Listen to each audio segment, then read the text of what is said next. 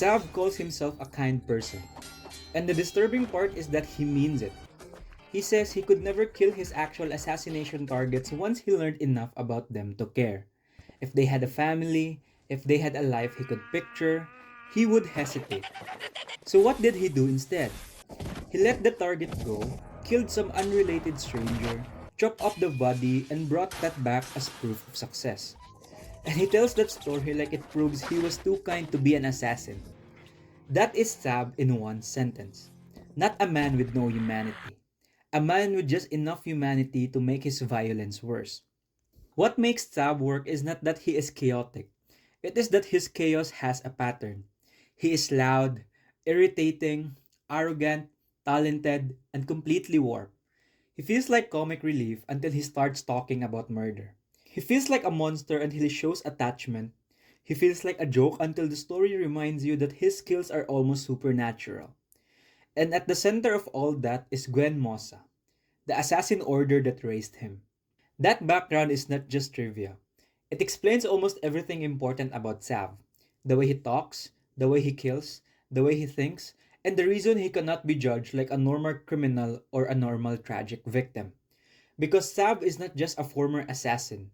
He is someone shaped by Gwen Mosa and still broken in their image, even after failing to become what they wanted. Sav was raised from childhood by Gwen Mosa, an assassin order that sounds less like a profession and more like a machine built to destroy moral instinct. According to Sav, they perform human sacrifices at least once a month. They kidnap children and offer them to the goddesses. Their name in the Old Kingdom's language means the light which purges sin, which already tells you a lot about how they frame themselves. They saw violence as sacred cleansing. And Sav was not some low level recruit inside that system. He was one of their elite members. He calls himself as child prodigy, the youngest and strongest assassin they had. And the material supports at least part of that arrogance because his abilities are consistently described as abnormal. His eyesight is inhuman, his stamina is inhuman, his killing efficiency is inhuman. Even his non-stop talking is tied to his training. He says they kept trainees isolated, forbade them from getting attached to one another, and subjected them to brutal conditions like abandonment in the wilderness with only a knife. So Gwen Mosa did succeed in making him dangerous. What they failed to do was make him morally usable. This is where Tab becomes more interesting than a standard killer. He says his success rate as an assassin was 0%. Not because he was weak, not because he lacked skill, but because once he learned enough about a target to emotionally picture their life, he could not kill them. That is the one real limit Gwen Mosa could not train out of him. But this is also where people misunderstand him. That hesitation does not make Tab good. Because when he spared the target, he did not reject murder. He replaced the victim. He killed strangers instead, people he had no connection to, people he could reduce to proof. That detail matters because it tells you exactly how his morality works. It is not based on innocence. It is not based on justice. It is not even based on guilt. It is based on attachment. If Sab knows you enough to care, killing becomes difficult. If he does not, then there is nothing inside him stopping it. That is not compassion. That is selective emotional access. And that is why Sab is so disturbing. One of the most important details in Sab writing is that Gwen Mosa tried very hard to shape children into usable killers with the fixed idea of right and wrong. Theodny points out that the Order used everything they could: drugs, pain, pleasure, conditioning, brainwashing. They tried to install their morality into children. And somehow, Sab still did not absorb it. He even says it himself in the most Sab way possible. He claims that he was too stupid to understand it, and that might be why they could not brainwash him. That is half joke, half truth. Because Sab clearly did learn technique, discipline, endurance, and how to destroy a human body with terrifying precision.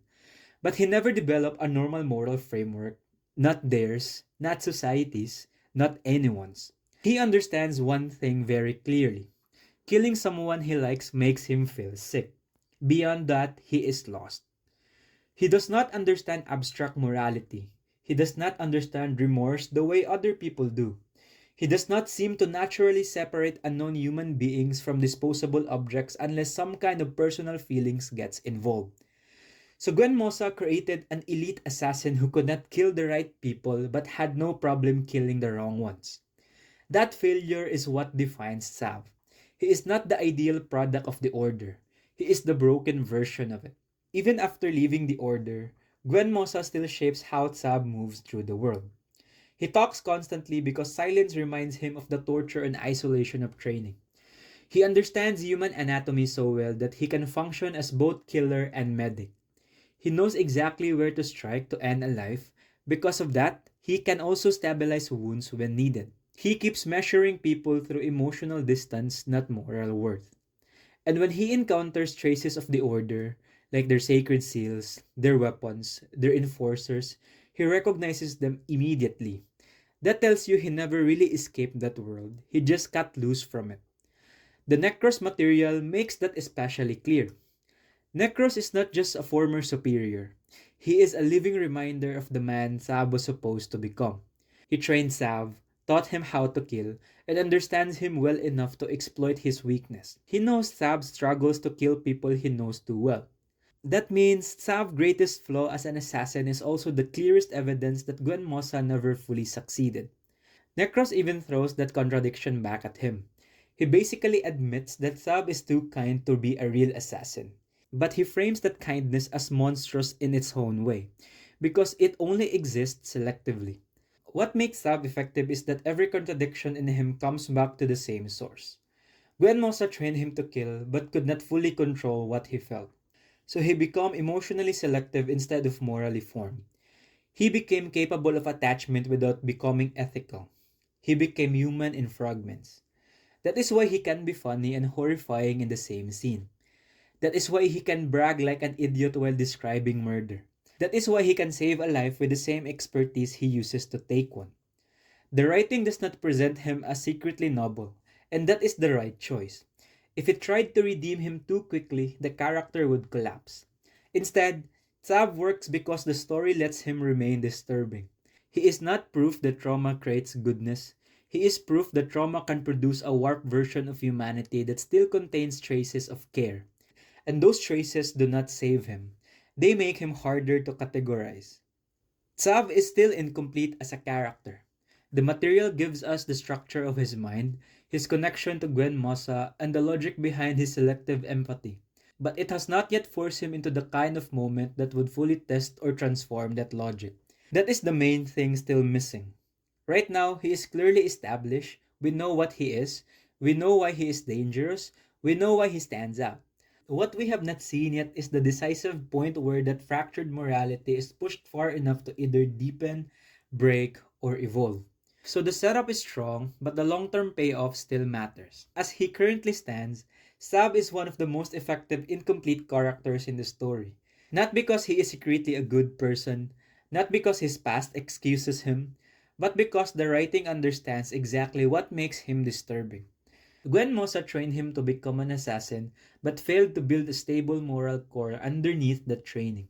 What remained was a man who can care about specific people, spare specific lives, and still kill strangers without feeling the contradiction the way a normal person would. That is why Saab stands out. He is not a cold machine. He is a partial human being, and that is much worse. So that is what makes Saab interesting to me. He is not just a former assassin. He is Gwen Mosa's failure made visible. A prodigy who inherited all of their violence without ever gaining a usable moral system. He can attach, he can care, he can even pity, but only selectively. And that selective humanity is exactly what makes him so dangerous. Let me know in the comments. Do you think Saab is monstrous, broken, or something even more unsettling than either of those? And if you want more source-based analysis on Sentenced to be a Hero, please subscribe because this series has a lot of characters worth digging into. And also, please don't forget to look into these two videos. Number one is why Sentenced to be a Hero might be the one who will break the Isekai slump. And the second one is an analysis of what might happen in Sentenced to be a Hero Season 2. Thank you for watching. I'll see you in the next video. Bye.